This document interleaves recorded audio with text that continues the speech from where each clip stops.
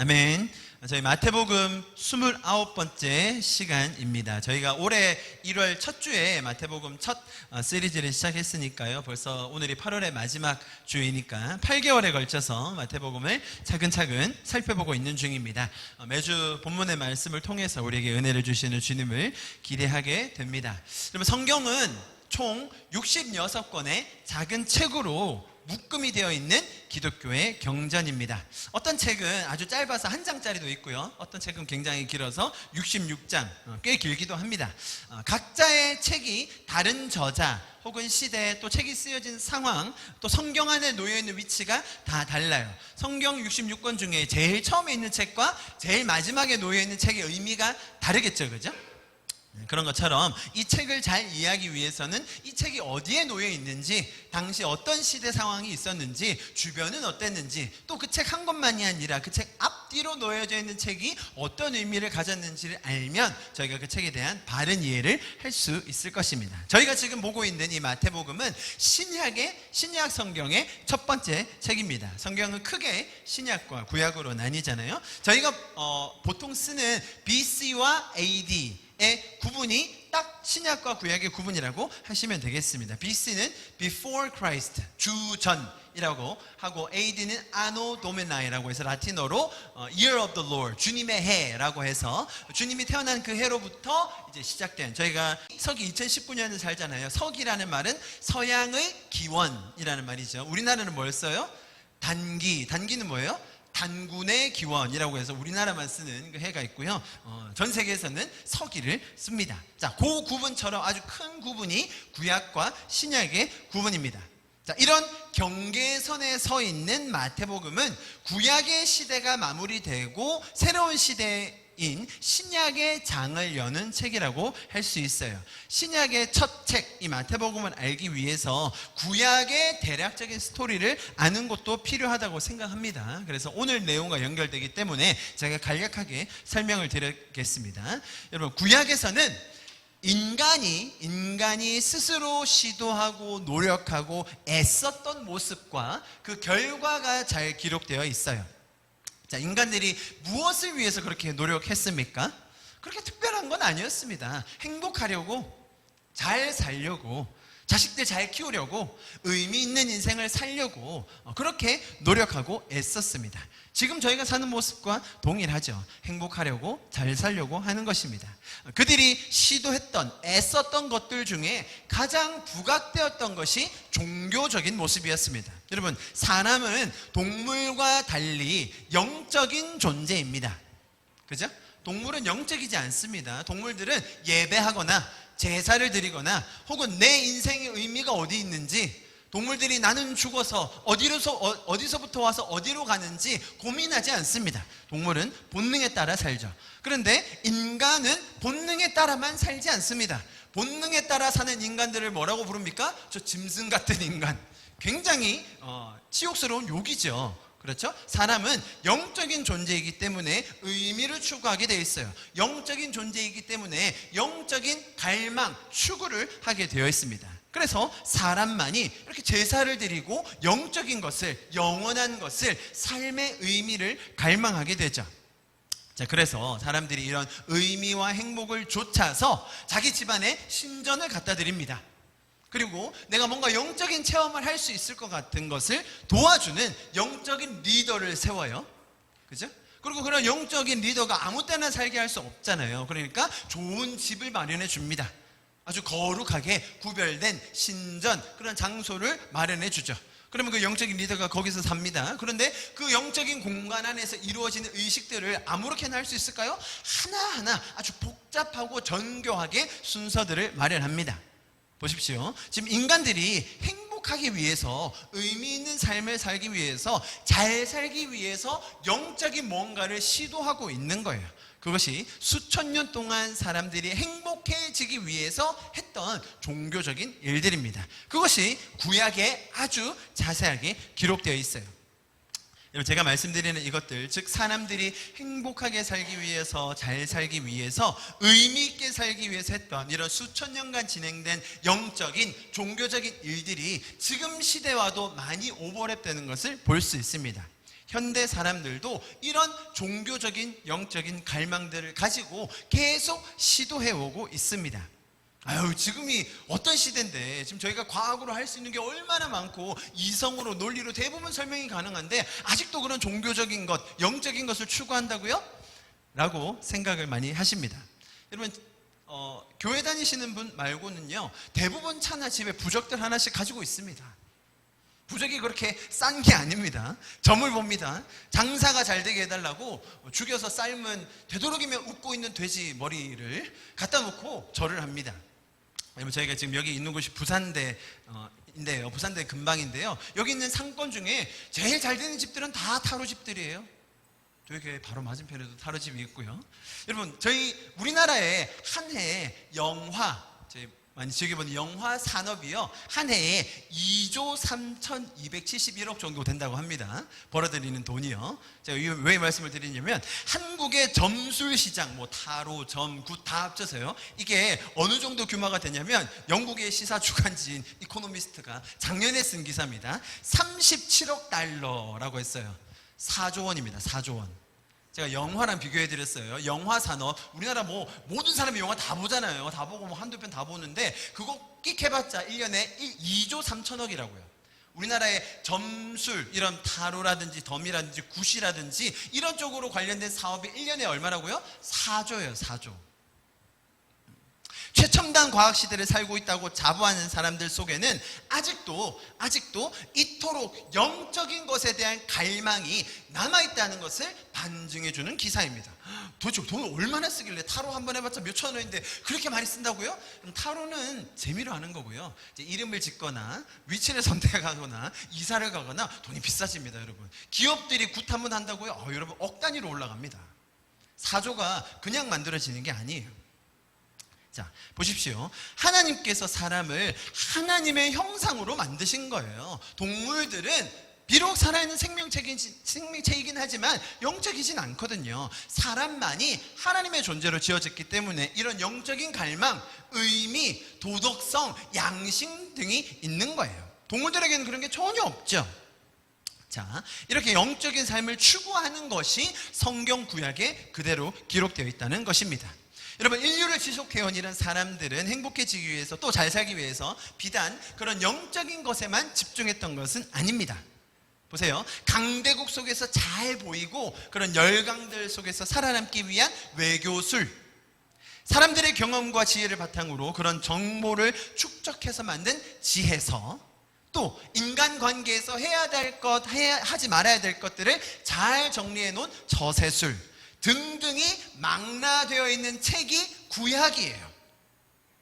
많은 분들은 구약이 뭐 그런 내용이 있었어요? 대부분 뭐 지루한 역사 이야기, 우리랑 아무 상관없는 저기 팔레스타인 지역에 있는 작은 나라 이스라엘이라는 나라 이야기, 혹은 허무맹랑한 기적을 베푸는 그런 신들 얘기 아닌가요? 라고 생각합니다.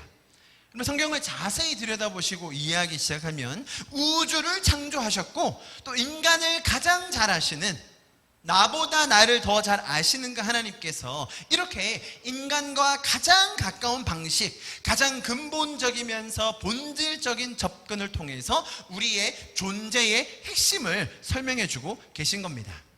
하나님께서 우리를 창조하시고 인도하시는 반면 죄적인 인간이 계속 하나님을 떠나 선택하고 그의 결과가 어떠했는지를 보여주는 것이 구약의 이야기예요. 그런 인간들을 하나님은 그냥 두지 않으시고 계속해서 인도해 주셨다는 것이 구약의 이야기입니다. 이렇게 정리해 볼 수 있을 것 같습니다. 구약이라는 책은 인간의 시도와 노력, 애씀의 과정과 또 그 결과가 담겨 있는 책인 거예요. 그럼 보십시오. 여기에서 인간의 라는 말에는 하나님을 떠난 이라는 수식어가 생략되어 있습니다. 하나님을 떠난, 하나님 없이 살려고 하는 그 인간의 시도와 노력, 그것이 담겨 있는 것이죠.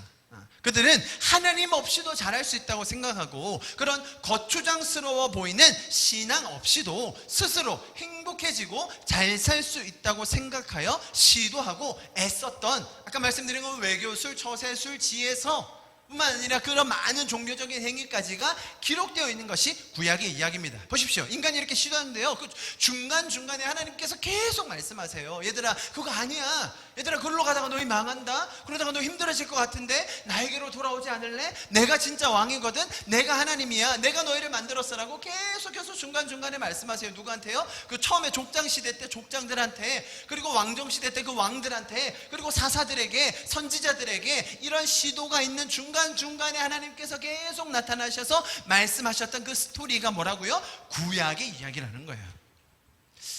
제가 정리하고도 너무 정리를 잘한 것 같아요. 그죠? 구약이 한눈에 들어오지 않나요? 구약이 어떤 책인지.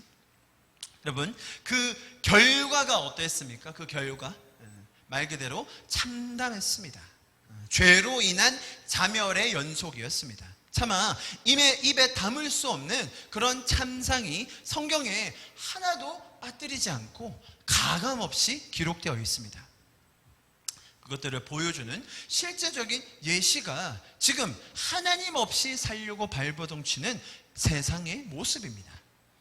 우리가 매일 뉴스에서 보게 되는 안타까운 소식들, 또 우리의 삶에 한 치 앞도 알 수 없는 괴로움들이 하나님을 떠나 사는 그 결과의 단편인 것입니다. 수천 년간의 시도와 또 성경의 증언에도 불구하고 지금도 많은 사람들이 같은 전철을 밟으며 아프고 괴롭다고 호소하고 있어요. 보십시오. 이런 구약의 인생, 즉 계속해서 이어지는 하나님 없이 살아보려고 하는 인간의 괴로움을 향하여 담대하게 선포되는 소리가 있으니 그것이 복음이라는 거예요. 그 복음을 선포하는 첫 번째 책이 마태복음이라는 겁니다. 마태복음은 저자가 마태라는 사람이었는데요, 세관에서 세리로 일했던 사람입니다. 자, 그런 세리였던 사람이 전해주는 기쁜 소식을 뭐라고 부릅니까? 우리가 마태복음이라고 부르는 거예요. 여러분, 마태라는 사람은요, 한때 가장 악질적인 죄인이라고 불렸던 사람입니다. 매국노, 나라를 변절한 사람, 기회주의자, 탐욕주의자. 저희는 딱 꽂히는 말이 있잖아요. 친일 정도가 아니고요, 그냥 나라를 팔아먹고 자기를 지배했던 그 나라에 붙어 먹어서 자기 민족의 세금을 걷어가지고 자기 것 빼돌리고 갖다 바쳤던 사람, 모든 국민이 다 싫어했던 더러운 죄인이었습니다.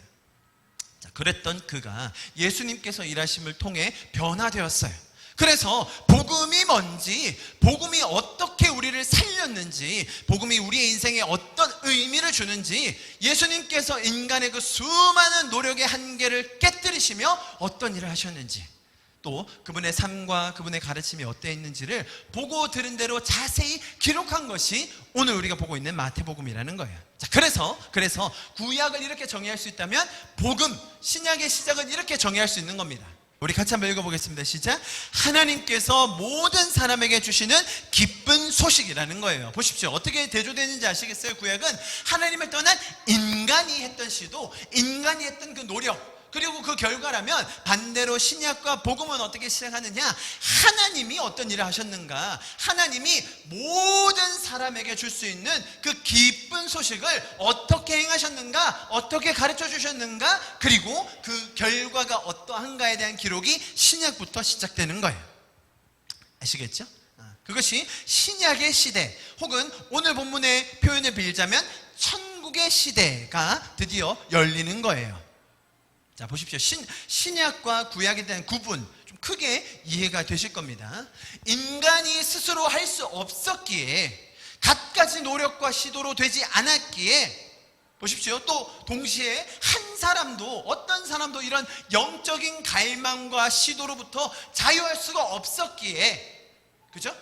인간이 할 수 없었고 모든 사람이 자유할 수 없었기에 하나님은 본인이 직접 창조주께서 내려오셔서 모든 사람에게 이 기쁜 소식을 주셔야 했던 것입니다. 창조주가 직접 일하시기 시작한 것입니다. 하나님께서 원래 처음에 계획하셨던 그 기쁨의 모습, 에덴 동산이었죠. 그 샬롬의 모습, 하나님과 사람이 인격적으로 교제할 수 있는 것, 창조주와 피조물이 어떻게 된 것인지 모르겠지만 인격적으로 교제하고 사랑하며 존중하며 같이 동행할 수 있는 그것을 회복하기 위해서 일하신 것입니다. 여러분, 하나님의 방법은 항상 동일했습니다. 강압적으로 하지 않으셨어요. 무력으로 하지 않으셨습니다. 가장 친절하고 사랑하며 인간을 아끼는 인격적인 관계를 통해서 일하셨습니다. 그런 분이 우리 하나님이십니다. 제가 지금까지 서두에 이런 구약과 신약의 경계에서의 흐름과 또 그 속에 담긴 이유를 설명드린 이유가 있습니다. 오늘 저희가 본 본문이요, 거기서 나왔던 주요 인물이 누구였냐면 요한이었습니다. 성경의 대표적인 인물 2명 요한, 사도 요한은 요한복음을 쓴 사람이고요, 오늘 주인공은 보통은 세례 요한이라고 부르는, 저희는 침례교단입니다. 그래서 침례 요한, 오늘의 주인공은 침례 요한이었어요. 지난주에 저희가 마태복음 3장을 통해서 요한이라는 사람이 어떤 삶을 살았는지, 어떤 가르침을 줬는지와 또 지금 저희가 보고 있는 11장에서의 현재 상황에 대해서 제가 설명을 드렸었습니다. 보십시오. 예수님 당시 시대였어요. 한창 세력을 키워가면서 활동하던 요한이 지금은 감옥에 갇혀 있는 거예요. 그러면서 자기가 침례를 주긴 했지만 조금 의심이 생겨서, 너무 궁금해서 자기 제자들을 불러서 질의서를 가지고 간 거예요. 그리고 예수님께 질문을 했고 그에 대한 대답을 들은 후에 일어난 상황이 오늘 본문입니다. 여러분, 오늘 요한을 정리하고 넘어가는 날인데요, 요한은, 이 침례요한, 세례요한은 말 그대로 구약의 집합체와 같은 사람입니다.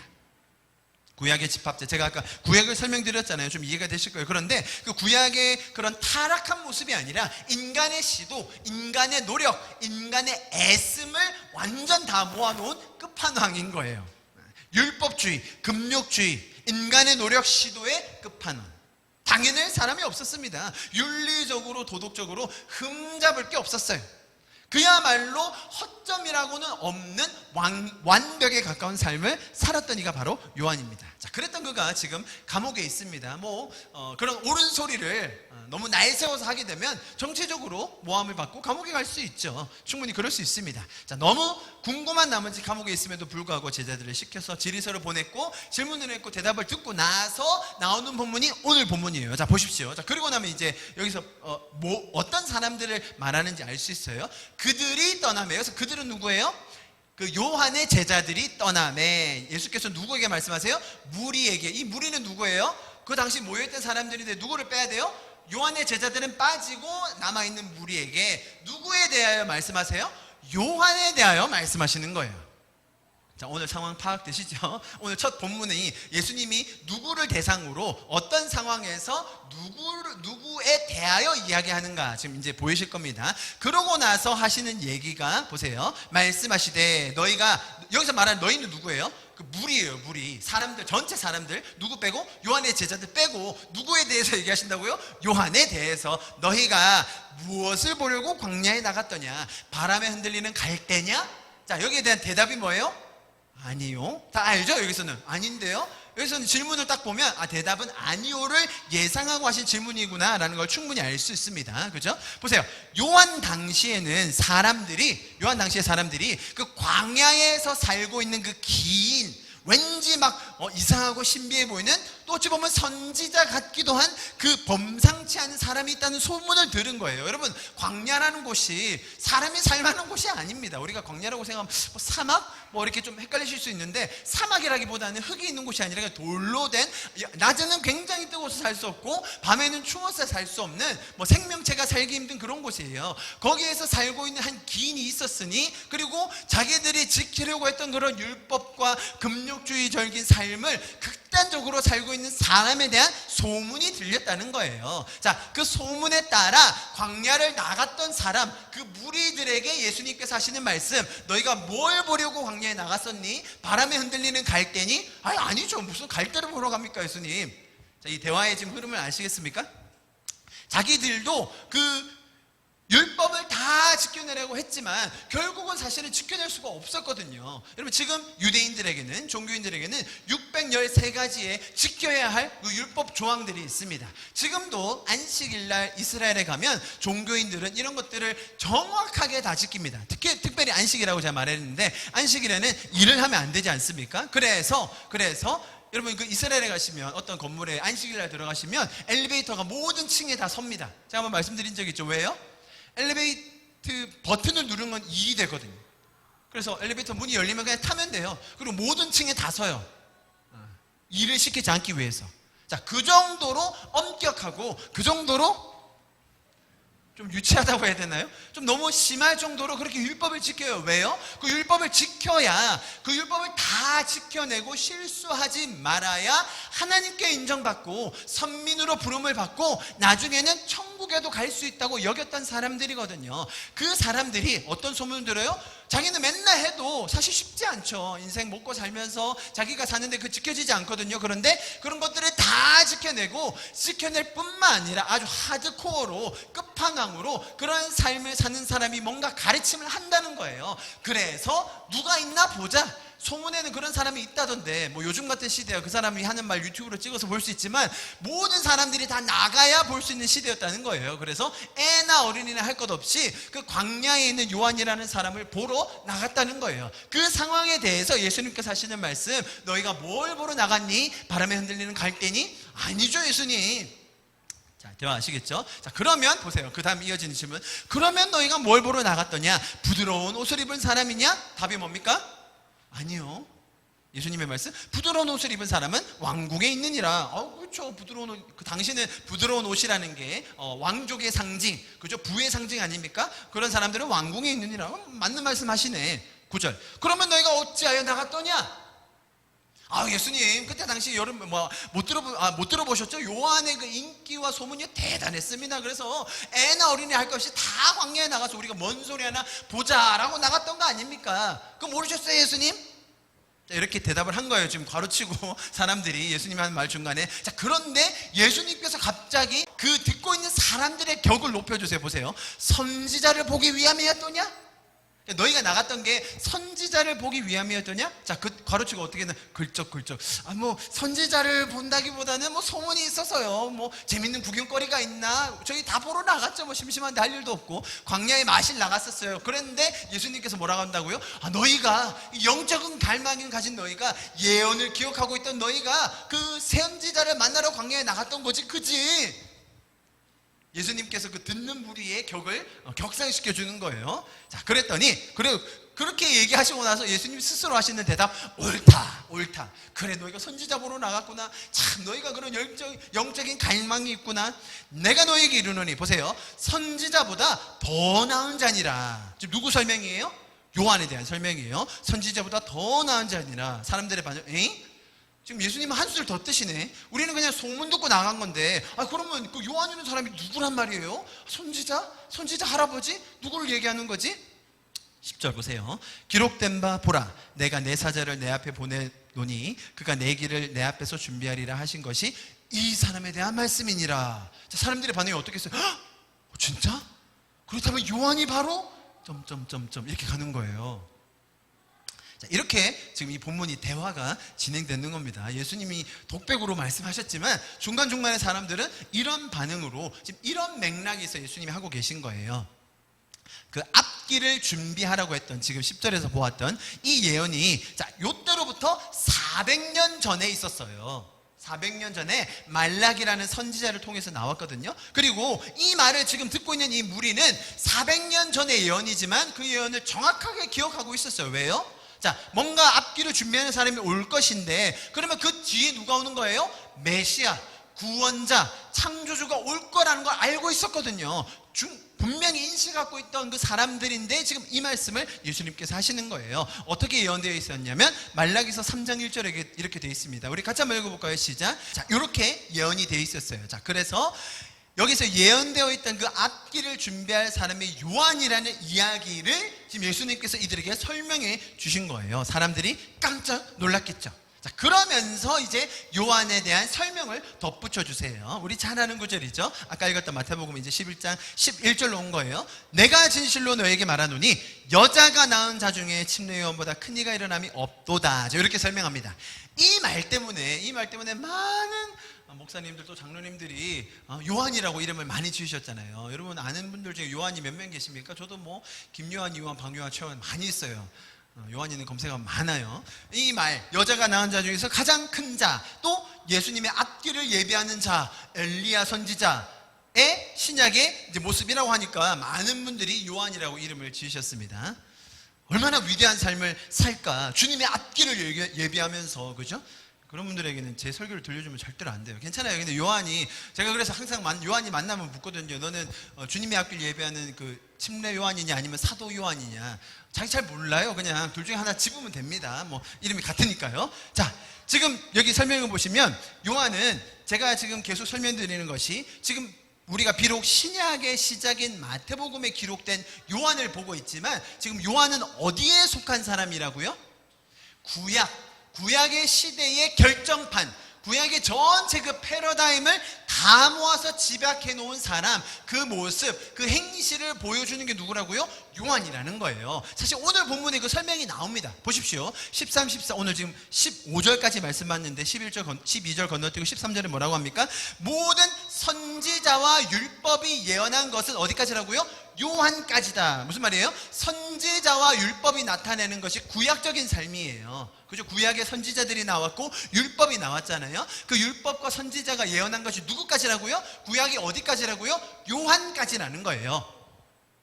이해하셨죠? 오늘 본문도 그걸 설명하고 있습니다. 그래서 선지자와 율법, 이 구약에 대해서 마무리하는 사람이 요한이라는 거예요. 제가 오늘 서두에 설명드렸던 인간의 노력, 하나님 없이 하려고, 은혜 없이 하려고, 창조주의 그 사랑의 원리와 은혜의 원리 없이 내가 열심을 내어서, 내가 시도하여서, 내가 노력하여서 할 수 있는 그 마지막 단계, 최종 단계, 끝판왕이 누구였다고요? 요한이라는 거예요. 성경의 구약의 마지막 책인 이 말라기 선지자 이후에 신약이 시작되기까지 여러분 400년의 시간이 흘렸습니다. 그죠? 아까 제가 그 예언이 400년 전에 됐다고 했는데, 그 400년 그 예언이 된 이후로 예수님의 시대이지 요한의 시대까지 400년이라는 침묵 기간이 있었어요. 하나님께서 말씀하지 않으십니다. 그런데 그때 아무 일도 없었던 것이 아니라 그 기간에 인간의 노력이 계속 올라가고 있었던 거죠. 비록 종교적인 모습뿐만 아니라 세계의 역사를 보더라도 그때의 모든 그 인류에 있는 종교의 시발이 그때 다 일어나요. 대부분의 메이저 종교가 그때 일어나고, 또 학문이 그때 많이 일어나고, 아리스토텔레스, 우리가 잘 아는 그런 철학자들도 시작해서 모든 인간의 노력이 점차 쌓여서 극에 달했을 때에 누가 나온다고요? 요한이 그 집합체로 나오고, 이제 그 시대를 뛰어넘어, 한계를 뛰어넘어 예수님께서 일하신다는 거예요. 자, 그래서 이제 침례 요한의 모습을 통해서 우리는 구약이 최종 마무리되었으며, 이제부터는 하나님으로서 이 땅에 복음을 완성하기 위해서 오신 예수님이 여시는 그 천국 시대가 전개되는 것을 보게 되는 겁니다. 자, 제가 지금 계속 설명드리는 것을 잘 따라오시기 바랍니다. 구약 시대를 마무리하는 인물인 요한은, 보십시오, 구약의 패러다임, 구약의 사고관 안에서 보면 가장 위대한 자였어요. 이해하시겠죠? 구약의 패러다임 안에서는 요한만한 자가 없는 거예요. 그래서 뭐라고 불렀어요? 여자가 낳은 자 중에 가장 큰 자니라 라고 한 거예요. 11절, 여자가 낳은 자 중에 침례 요한보다 큰 이가 일어남이 없다라는 말이 무슨 말입니까? 금욕주의, 율법주의, 사람들을 판단하고 정죄하는 것, 비판하고 심판하는 등으로 가득 차서 한치의 실수도 용납하지 않았던, 왜냐하면 광야에 살았거든요. 금욕주의적으로 살았거든요. 실수할 일이 없었거든요. 그런 모습이 요한이라는 거예요. 그저 율법적으로 완벽한 삶을 살아야만 명함을 내밀 수 있는 그 시대에 가장 탁월한 삶을 살았던, 여자가 낳은 자 중에 가장 특출했던 사람, 요한이라는 거예요. 예수님께서 보여주실 그 은혜의 방법과 원리에 가장 극단적으로 반대편에 있는 사람, 그 인간의 노력의 결정체를 보여주면서 가장 반대되는 방식으로 일했던 것을 보여주는 대표가 요한이라는 거예요. 그래서 주님의 오실 길을 예비한 자가 된 거예요. 주인공이 오시기 전에 레드카펫 쫙 깔아가지고 오실 길을 편안하게 해놓은 것이 아니라 인간의 노력의 집합체가 어떤 것인지를 보여주시고 가장 대비되는 모습으로 오신 분이 예수님이라는 거예요. 보십시오. 여자가 낳은 자라는 이 표현은 말 그대로 인간의 힘, 인간의 노력, 인간의 시도를 상징하는 거예요. 아시겠죠? 여자가 낳은 자라는 말의 반대말이 뭐겠습니까? 반대말. 남자가 낳은 자 이러시면 안 되고요. 여자가 낳은 자의 반대말이 뭐냐 하면 하늘에서 난 자, 천국의 삶을 사는 자, 복음의 시대를 사는 성도, 바로 저와 여러분을 말하는 거죠. 이해하시겠죠? 지금 제가 서두에 구약을 설명드리고 신약 이 연결점을 설명드리는 이유가 이 절에 그게 다 녹아있기 때문이에요. 여자가 낳은 자, 구약의 삶을 전체를 포함한 자 중에 그 패러다임 속에서 가장 큰 자는 요한인데, 이제 신약의 시대, 예수님의 시대, 천국의 시대, 복음의 시대를 사는 성도들이 우리라는 거예요. 여기서 천국에서라는 말이. 자, 그러면서 바로 이어집니다. 처음에는 가장 위대한 자라고 요한을 설명하시더니 바로 이어서 역설적인 설명을 덧붙이시는 거예요. 이 말의 의미를 우리가 이해할 수 있어야 됩니다. 구약시대에 사는 사람들, 여자에게서나 모든 사람들이 살았던 그 온갖 방법들이 맞춰지는 지금의 신약시대, 즉 천국의 시대에 사는 사람들은 극히 작은 자라도 요한보다 큰 자라는 말이에요. 극히 작은 자, 무슨 말이겠습니까? 가장 작은 자, 가장 연약한 자, 무슨 뜻이겠어요? 그 수많은 율법을 지켜낼 수 없었던 자, 그 수많은 율법 속에서 실패한 자, 율법에는 소외되어 있던 여성들, 장애인들, 실패한 사람들, 행복하게 살고 싶기는 하지만 그렇게 하지 못하고 있던 죄인들, 그 사람들이라도 예수님께서 내가 천국에서 새로운 시대에서는 가장 큰 자라고 일컬어 줄 것이다. 내가 그렇게 만들어 줄 것이다. 구약의 패러다임 안에서는 요한처럼 살아야 큰 자라고 인정받았지만 앞으로 다가올 복음의 시대, 천국의 시대에서는 가장 작은 자라도, 가장 소외된 자라도, 가장 업신여김을 받는 모든 사람들이라 할지라도, 가장 더러운 죄인이라 할지라도 내가 가장 큰 자로 만들어 줄 것이다. 그 얘기 하시는 거예요. 구약과 신약의 경계를 가로지으시면서 요한이라고 대표되는 그 구약을 마무리하시면서 천국의 시대, 복음의 시대를 열고 계신 것이 지금 예수님의 선포입니다. 제가 말씀드렸듯이 모든 사람이 행복하게 살고 싶어 합니다. 모든 사람이 영적인 갈망이 있기 때문에 의미 있는 삶을 살고 싶어 하는 거예요. 누군들 하나님 앞에서 흠 없이 거룩하게 살고 싶지 않겠습니까? 그런 마음이 가득함에도 그렇게 살지 못하고 있는 가장 작은 자, 저와 여러분들을 지금 예수님께서는 천국에서 가장 큰 자라고 칭해주고 계신 거예요. 이 놀라운 예수님의 약속과 선포가 우리의 삶의 소망이 되는 줄 믿습니다. 아멘. 여러분, 말씀드렸듯이 제가 이 요한을 설명하시는 예수님의 표현이 어찌 보면 좀 요한을 띄워주는 듯한 뉘앙스도 좀 들리기도 합니다. 그죠? 여자가 낳은 자 중에서 가장 큰 자라든지, 또 뒤에는 오실 엘리야라고 표현했는데요, 구약에서 엘리야 선지자의 위상이 대단하거든요. 그러니까 사람들이 듣기에 와, 요한이라고 말하면 뭔가 대단한 사람, 위대한 사람, 주님의 앞길을 아주 잘 예비한 사람으로 여겨지기 마련이죠. 사실 여러분, 예수님께서 여기에서 요한이라는 사람의 존재를 부각시키시면서 암시하고 계신 메시지가 있어요. 자, 보십시오. 지금 아까 말씀드렸는데, 만약에 요한이라는 사람이 정말로 메시아의 앞길을 준비할 그 엘리야라면, 그 말을 하고 계신 이분은, 제가 아니고 요 뒤에 예수님은 누구라는 말씀이에요? 자, 이 자가 그 앞길을 준비할 엘리야였다 라고 하는 말씀을 하시면서 동시에 지금 괄호치고 나는 누구라고?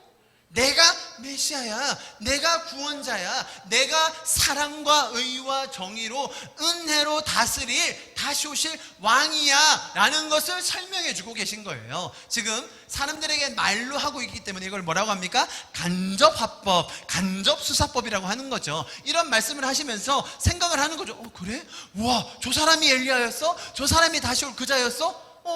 그러면 지금 이 말씀을 하시고 계신 이분은 누구라는 얘기지? 자, 이런 생각의 프로세스가 당연히 들겠죠. 자, 예수님께서는 이렇게 사역하시는 거예요. 여러분, 우리가 이런 성경에서, 기독교에서 말하는 사랑의 메시지, 은혜의 메시지, 천국의 메시지를 나눕니다. 여러분, 세상 사람들은 이런 사랑과 은혜에 대한 개념이 전혀 없습니다. 천국 허무맹랑한 소리입니다. 자, 그런 사람들에게 예수님께서 나타나셔서 하나, 둘, 셋, 짜잔, 내가 메시아지롱. 자, 그러면 사람들은 생각할 겨를도 없이, 뭔가 내가 조처를 취할 겨를도 없이 깜짝 놀라고 마는 거예요. 많은 사람들이 복음을 전할 때, 사랑을 전할 때, 은혜의 원리를 전할 때, 천국을 나눌 때 이런 오류를 범하는 겁니다. 예수님께서는 가장 인격적으로 하셨어요. 보십시오. 요한을 멸시하지 않으시고 거기 있는 무리들을 다 세워주시면서, 그죠? 요한은 가장 큰 자, 너희는 더 큰 자. 앞으로 천국이 임할 것이고 그 앞길을 예배하는 사람이 요한이고 가르치고 내가 메시아인 거야. 그런 생각을 할 수 있는 꼬리를 주신 거예요. 예수님의 일하시는 방식이 너무 인격적이지 않습니까, 여러분? 하나씩 차근차근 사람들이 이해할 수 있도록, 기회를 더 가질 수 있도록, 생각할 수 있도록 너무나도 친절하게 일하시는 예수님의 모습을 봅니다. 한 사람도 소외시키지 않으시고 세워주시는 이 예수님의 사역 방법을 우리가 배우며 그 원리대로 사는 저와 여러분 되기를 축복합니다. 아멘. 제가 11절과 이제 건너뛰어서 13절 이후를 봤는데요. 이제 중간에 12절 보지 않은데 이것만 보고 말씀을 마무리하도록 하겠습니다. 12절 말씀은 너무나 유명합니다. 우리 같이 한번 읽어보겠습니다. 시작. 침례 요한의 때부터 교회를 좀 다니신 분들이라면 참 많이 들어왔던 그런 말씀이시고요. 또 이런 말이 언제 인용되고 어떻게 설명되는지를 아마 잘 알고 계실 겁니다. 제가 이제 90년대 부흥사로 빙의하여서 한번 말씀드려 보겠습니다. 여러분, 천국이 그냥 옵니까? 천국은 가만히 있으면 오는 겁니까? 천국을 어떻게 해야 돼요? 연기하려니까 너무 좀 잘 안 되네요. 천국은 침노해야 되는 겁니다. 침노가 뭡니까? 열심으로 최선을 다해서. 자, 아멘 해보세요. 아멘. 아멘 어떻게 해야 돼요? 큰 소리로. 저희 어머니가 옛날에 아멘 진짜 크게 하셨거든요. 그러면 부흥사 목사님들이 사랑을 제일 많이 받았어요. 아멘 크게 하는 사람. 제일 앞자리에 앉아가지고 저희 금자리로 와서 똥자리에 앉은 사람도 회개하셔요. 회개. 헌금할 때는 어떻게 해야 돼요? 침노하듯이 적극적으로 많이. 그러면서 꼭 나오는 예화가 하나 있어요. 어미새가 모이를 물고 왔어. 곤충을 물고 왔어요. 새끼들이 여러 마리예요. 누구한테 줄까요? 누구한테? 입을 가장 크게 벌리고 저 주세요라고 입을 짝짝 벌려서 막 적극적으로 침노하면서 다가오는 그 새끼한테 주지 않겠어요, 여러분? 우리도 하나님의 복을 받으려면 어떻게 해야 되겠습니까? 침노하십시오. 앞자리로 나오세요. 많이 들어보셨죠? 제가 그 새 예화 때문에 상처가 많았어요. 새 예화. 경쟁을 해야 되고. 여러분, 자식 셋만 키워봐도요 그 예화가 틀렸다는 거 알아요, 여러분. 제가 그렇게 입을 벌리고 다가오는 세 마리 새끼들을 맨날 보고 있거든요. 비타민 하나 딱 들고 있으면 세 마리가 다가옵니다. 입을 쫙쫙 벌려요. 누구한테 줘야 되겠습니까, 여러분? 제일 힘세고 제일 적극적으로 침노하는 애한테 줘야 되겠습니까? 제일 약한 자에게 줘야 되지 않나요? 제일 필요가 있는 자에게 줘야죠. 제일 마음이 상한 자에게 줘야 돼요. 마음이 상한 자. 무슨 말인지 아시겠어요?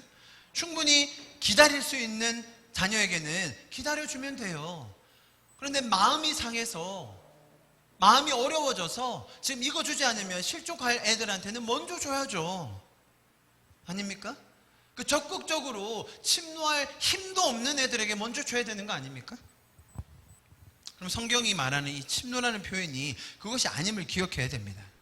특별히 오늘 이 구절은 잘 보시면 폭력성을 내포하는 단어가 포함되어 있어요. 이 침노라는 영어 번역에서는 forcefully라고 되어 있고 아니면 violent라고 되어 있어요. 한글로 하면 폭행, 힘, 침략 이런 뜻으로 번역이 되어 있어요.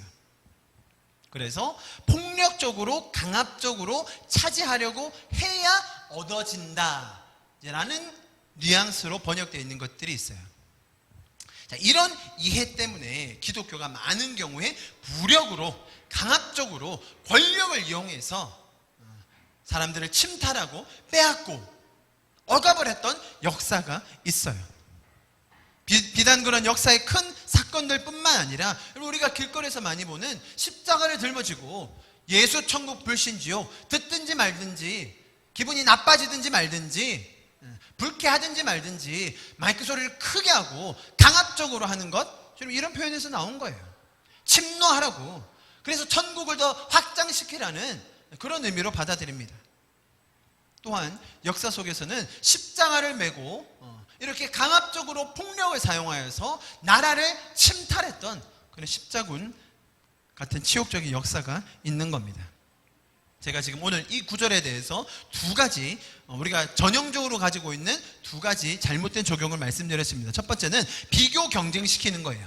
누가 더 적극적으로, 누가 더 많이 침노해서 누가 더 많이 얻어낼 건가? 자, 그게 첫 번째였고요. 두 번째는 복음을 전함에 있어서, 천국을 확장시킴에 있어서, 내가 천국을 차지함에 있어서 방법이 어떠해야 된다고요? 폭력적이어야 한다. 강압적이어도 된다. 무력을 사용해도 된다. 이 두 가지 잘못된 예가 있다는 거예요. 여러분, 하나님의 기본적인 성품과 예수님의 가르침을 잠깐만이라도 생각한다면 이 두 가지 적용은 전혀 기독교적이지 않다는 것을 알 수 있어요.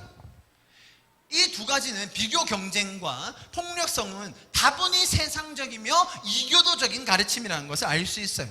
하나님은 그런 분이 전혀 아니세요. 강압적으로 일하시지 않습니다. 무력을 동원해서 폭력적으로 일하시지 않습니다. 비교 경쟁을 시켜서 거기에서 살아남는 자들만 천국을 경험하게 하지 않습니다. 오히려 정반대 원리, 즉 은혜의 원리, 사랑의 원리, 기쁨의 원리로 일하시는 분이 우리 하나님이십니다. 자격이 없는 자를 구원해 주시고 사랑받지 못해서 신음하는 자들을 자신의 존재를 다해서 사랑해 주시며 기쁨이 없이 의미 없이 무력하게 사는 자들에게 하늘의 기쁨과 천상의 의미를 주시는 분이 우리 하나님이세요. 자, 그렇다면 왜 이런 해석이 나오게 되었을까요? 이게 사실 좀 어학적으로, 문법적으로 조금 어려운 표현이 나와서 그런데요, 제가 간단하게 설명드리겠습니다. 여기서 나오는 침노를 당하나니 라는 표현 보이시죠? 침노를 당하니라는 이 헬라어가 비아제타인데요, 원형, 동사 원형은 비아조예요. 자, 이 단어가 어떻게 쓰였냐면 직설법, 현재, 중간, 수동, 디포넌트 3인칭 단수로 쓰였어요. 여기서. 자, 이제 그렇게 쓰였대요. 자, 흘려들으시고요. 자, 원래 이 비아조라는 단어가 힘이라는 뜻을 가지고 있어서 힘을 쓰다, 폭력을 행사하다, 강요하다라는 뜻이 있어요. 자, 있는데 이 절에서는요 두 가지로 다 해석이 돼요. 첫 번째는 중간태 아니면 수동태. 자, 그래서 제가 적어왔어요. 이건 주석에 있는 그대로의 내용이에요. 자, 보세요. 1번 수동태로 해석할 경우 어떻게 됐냐면, 보세요. 천국을 아니면 천국을 어떻게 전한다가 아니라 천국이 어떻게 된다고요? 힘으로 탈취되고 빼앗긴다라는 거예요. 천국이 정복의 대상이 된다는 거예요. 그래서 천국이 어떤 외부적인 힘에 의해서 강력하게 좀 거칠게 다루어지는 뉘앙스가 있는 거예요. 아시겠죠? 자, 이게 1번 해석이고요. 해석을 할 수 있고 2번으로도 해석할 수 있어요. 뭐라고요? 중간태로 이해할 경우 힘으로 진격한다. 그러니까 천국이 힘을 써서, 천국이라는 이 주체가 힘을 써서 격렬하게 빼앗는 거예요. 천국이 침노를 당하는 게 아니라 천국이 주체가 돼서 빼앗는 거예요. 그래서 폭력을 쓰고 밀고 들어가는 거예요. 자, 그래서 이 2번 케이스로 NIV라는 영어 성경이 쓰여져 있는데요. 뭐라고 되어 있냐면 The kingdom of heaven has been forcefully advancing. 그러니까 천국이 힘차게 힘을 써서 약간 무력적으로 전진한다라고 이런 식으로 해석해 놨어요. 자, 그런데 이 구절을 잘 살펴보면 그 복음서는 이 병행되는 구절이 있습니다. 제가 말씀드렸죠. 한 복음서에 있는데 또 동일한 구절이 다른 복음서에도 쓰여져 있는 경우가 있어요. 누가복음 16장 16절에 똑같은 본문이 적혀져 있습니다. 보시면 이렇게 나와 있어요. 율법과 선지자는 요한의 때까지요. 그 이후로부터는 하나님의 복음이 전파되어 보세요.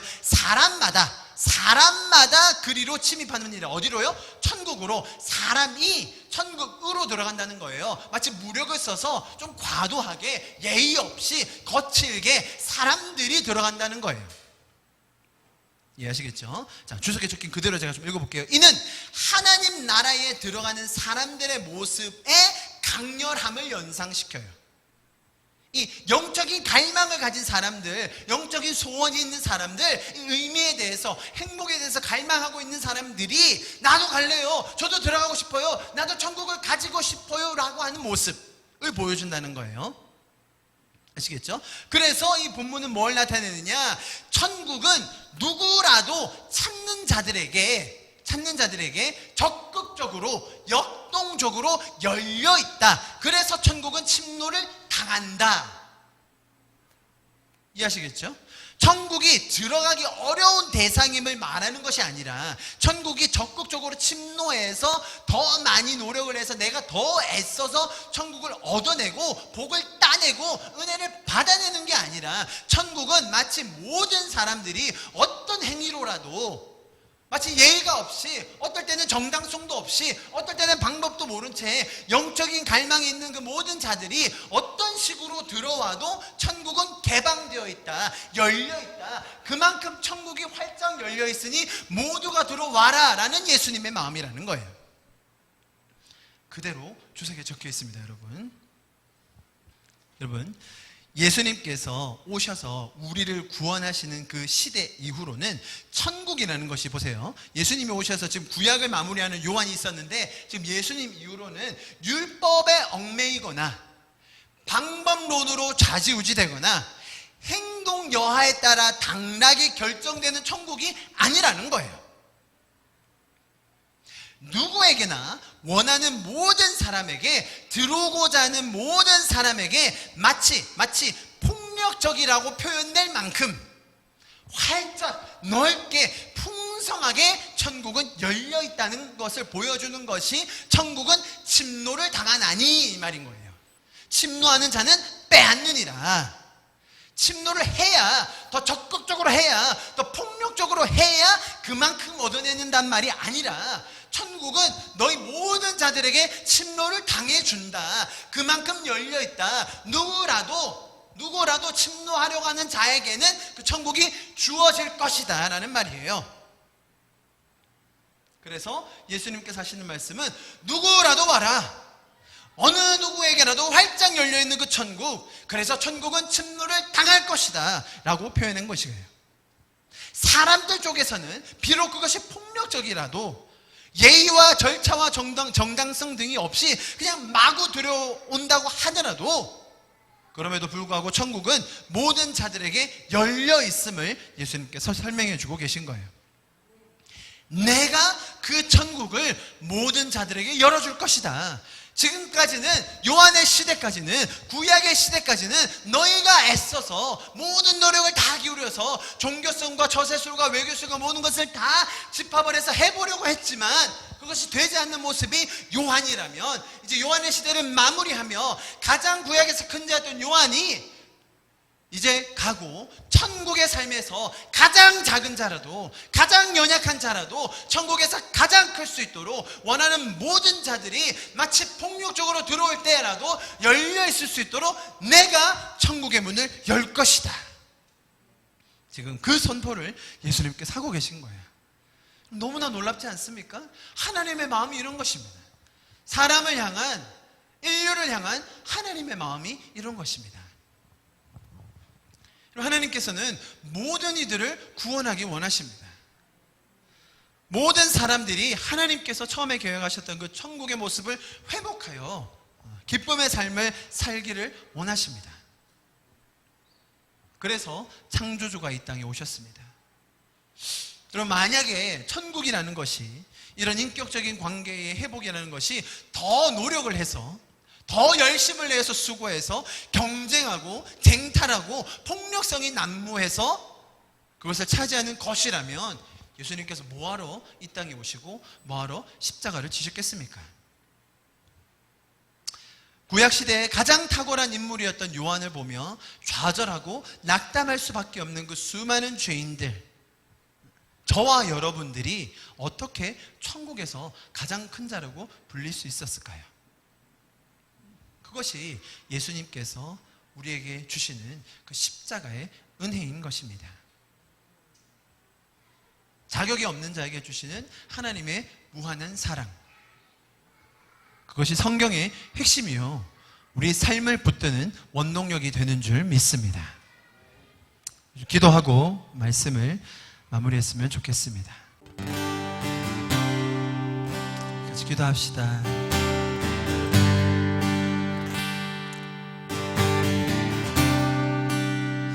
우리의 힘으로, 우리의 능력으로 할 수 없음을 이 시간 다시 한번 깨닫습니다. 주님, 우리 하나님의 형상을 닮은 영적인 존재들로서 주님을 더 갈망하는, 창조주를 더 갈망하는 우리의 마음의 모습을, 우리의 본질을 다시 한번 보게 해주셔서 감사합니다. 우리는 하나님 없이 살 수 없는 자들입니다.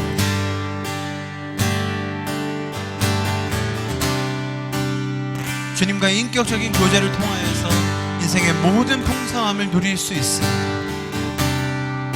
그 길을 활짝 열어주시고 우리로 하여금 구약의 삶에서 우리의 노력과 시도 안에서 실패하고 무너질 수밖에 없는 우리였지만 우리를 구원하시고 은혜 주셔서 우리를 가장 큰 자라고 불러주시는 주님, 다시 한번 감사드립니다. 천국을 갈망하고 영적인 소원을 가진 모든 사람들에게 그 천국을 마치 폭력적이리만큼 활짝 열어주셔서 우리를 인도해 주시는 주님, 다시 한번 감사를 드립니다. 그 주님의 마음을 우리가 더 알기를 간절히 소망합니다. 그 주님의 그 인격적인 모습과 동행하며 나아가는 우리가 되기를 간절히 소망합니다. 주님, 이번 한 주도 우리가 주님의 마음을 더 알게 하여 주시옵소서. 그 인격적인 주님과 더 동행하게 하여 주시옵소서. 주님의 그 사랑과 은혜 안에 풍성함에 젖어들게 하여 주시옵소서. 우리 시간 그렇게 우리의 자신을 주님 앞에 올려드리며 마지막으로 기도하고 예배를 마치도록 하겠습니다. 기도하시겠습니다. 아멘. 그렇습니다. 아버지 사랑 내가 노래해, 아버지 은혜 내가 노래해, 그 사랑 변함없으신 거짓없으신 성실하신 그 사랑, 상한 갈 때 꺾지 않으시는, 상한 갈 때 꺾지 않으시는, 꺼져가는 등불 끄지 않는 그 사랑 변함없으신 거짓없으신 성실하신 그 사랑,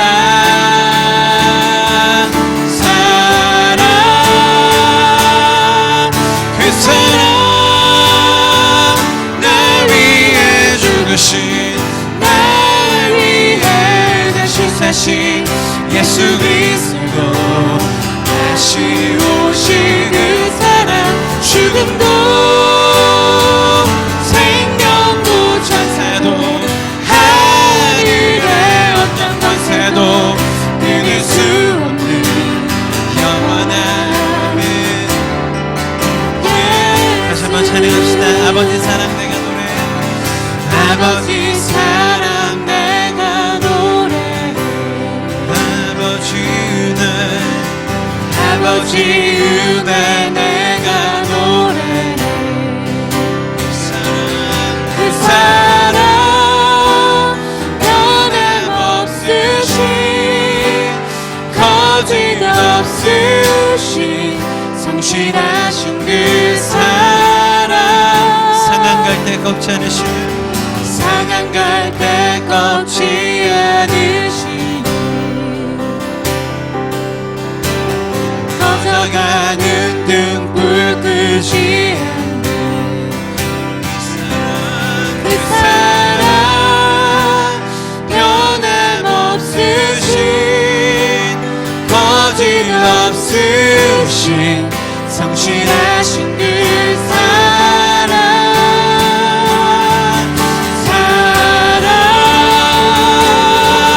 그 사랑 날 위해 죽으신, 날 위해 다시 사신 예수 그리스도, 다시 오신 그 사랑, 죽음도 생명도 천사도 하늘의 어떤 권세도 끊을 수 없는 영원한 그 사랑, 그 사랑 날 위해 죽으신, 날 위해 다시 사신 예수 그리스도, 다시 오신 그 사랑, 죽음도 생명도 천사도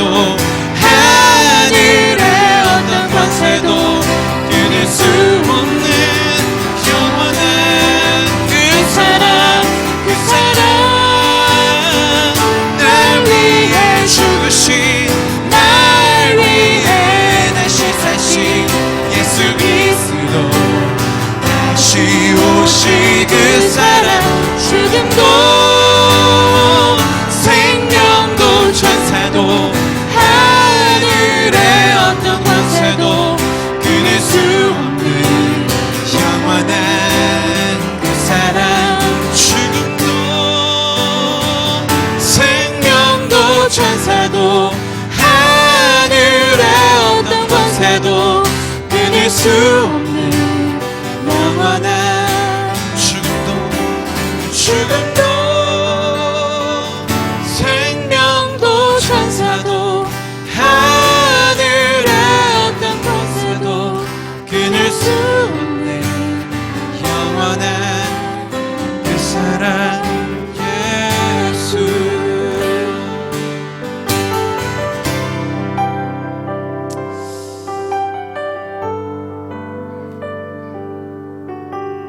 우리의 모든 한계와 우리의 이해와 우리 노력의 한계를 뛰어넘으시는 주님 감사합니다. 주님의 그 놀라우신 섭리와 그 한없는 은혜와 사랑으로 우리를 날마다 세워주시고 격려하시고 인도하여 주시는 주님 감사합니다. 이 어찌 큰 은혜입니까?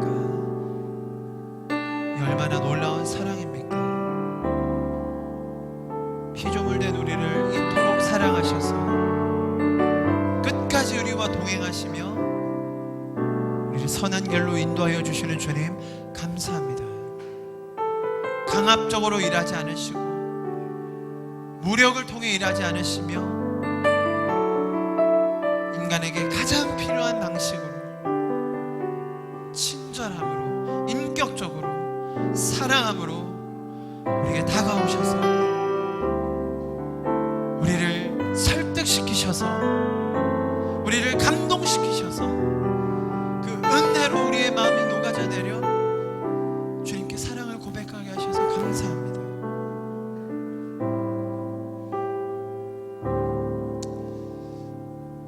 그 사랑의 주님과 끝까지 동행하며 그 인격적인 하나님과 더 풍성한 관계 속에 살아가는 우리 성도들, 우리 교회가 되게 하여 주시옵소서. 주님 감사합니다. 우리에게 이렇게 천국을 활짝 열어주셔서 감사합니다.